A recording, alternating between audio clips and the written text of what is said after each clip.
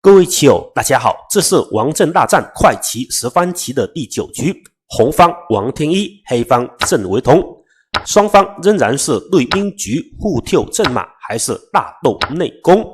他们的10盘棋从第8局到第10局都是5+3的超快棋，我们一起来欣赏。红方跳拐九马之后准备出车，在这里黑方是不宜跳外马来封的。首先跳外马之后，他根本就切不进，相反红方还可以进炮打马，反而容易给红方所利用。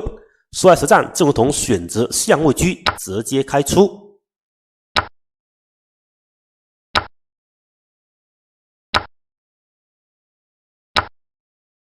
这里红方对这个骑兵置之不理，直接点车到下路捉马，随时平车准备抢马抢占右道。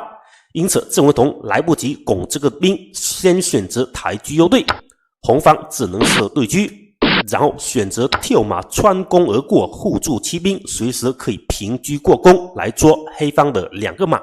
因此黑方把马先跳开。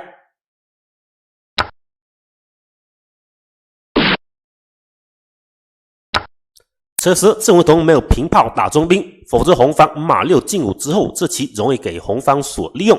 因此郑维彤把这个骑兵给他先撞掉。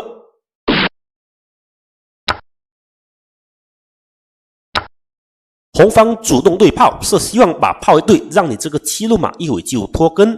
而且你如果不对，平到3路马踩边卒是踩双，平到4路刚好挡住自己的马，所以郑维彤就选择把炮对了。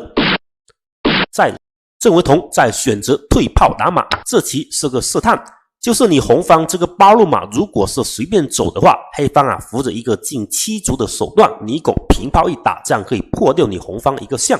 因此王天一马踩边卒去踩车，抢一个先手也是当然之招。这里一踩，黑方就往上抬，但这棋你毕竟不能这样长踩车。最终王天一选择平炮打车，再马8退7，主动右队。这棋也是一个逼招，你黑方如果不对车，红方随时进车一卡象眼，这个中象容易出问题。所以实战黑方这里就把马对，因此这个盘面其实是进一步的平稳。